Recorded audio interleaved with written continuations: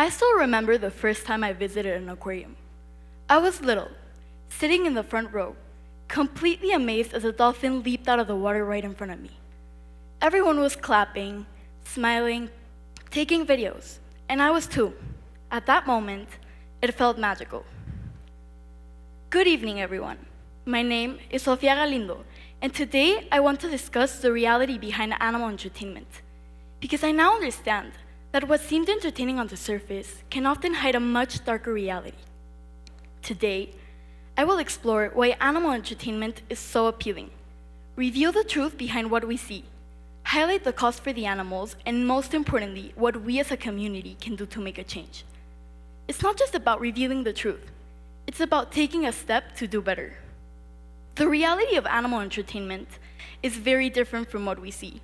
While animals may appear content and playful, most of them are actually experiencing stress and frustration.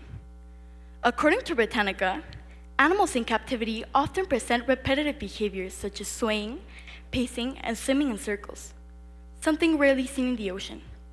This is due to limited space and unnatural living conditions.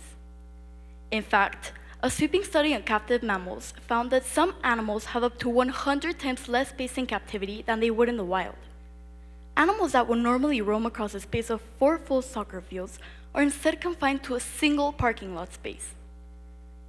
For example, many orcas in captivity develop bent or collapsed dorsal fins, something rarely seen in the ocean. This is due to limited space and unnatural living conditions. And it goes even further.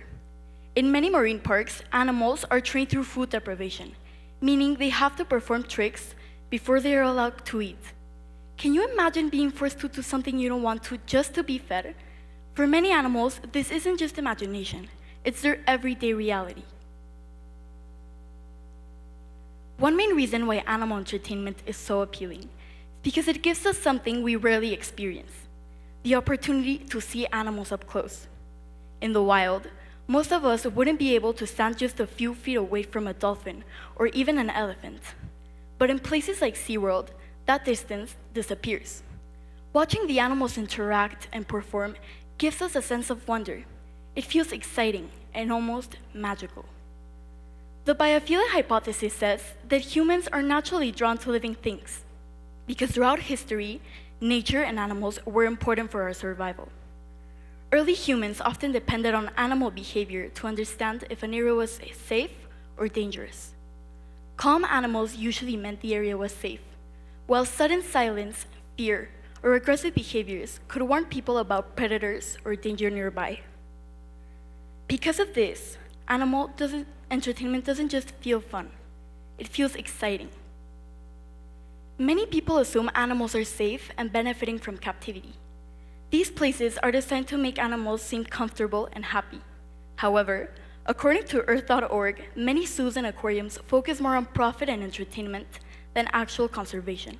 In fact, the animal entertainment industry is worth $94 billion and is expected to grow to $137 billion by 2033.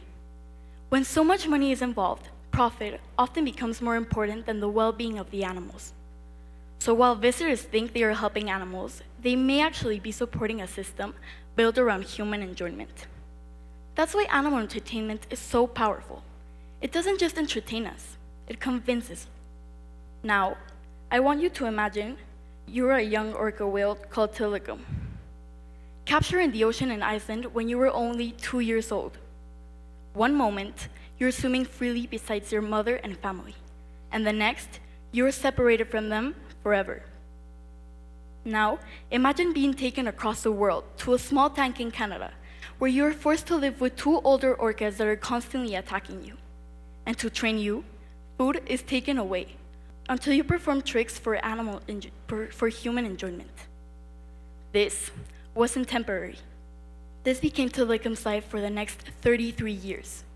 Years of stress, confinement, dirty water, and very little space that slowly destroyed his health until he eventually died from a bacterial infection. His story reveals the dark reality behind what many people simply see as entertainment. So, what can we do to change? Real change starts with our choices. Every ticket supports this industry. I know one person's choice may seem small, but when people come together, they can create real change.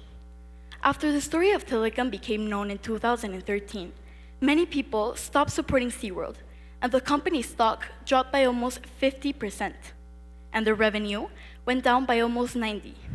This proves that when people stop giving these companies money, they are forced to change. If we stop supporting these facilities and start helping animals in their natural habitats, we can break this cycle of suffering. Right now, there are approximately more than 10,000 animal entertainment centers around the world, which each have around thousands of animals. Every dollar we choose not to spend on animal entertainment is a step towards protecting animals from suffering. Instead of supporting marine parks or zoos, we can support protected wildfire areas, stronger laws against animal trafficking, and helping animals in the wild. Even small actions like reducing plastic or spreading awareness about animals can make a difference. Because animals were never meant to live trapped for entertainment. They deserve freedom, dignity, and the chance to live in the wild where they belong. No moment of entertainment is worth a lifetime of captivity. So, I want you to leave with this. The next time you walk into a zoo, an aquarium, or a place like SeaWorld, and you see an animal perform, pause for a moment. Look beyond the applause. Look beyond the excitement and ask yourself, what is this moment costing them?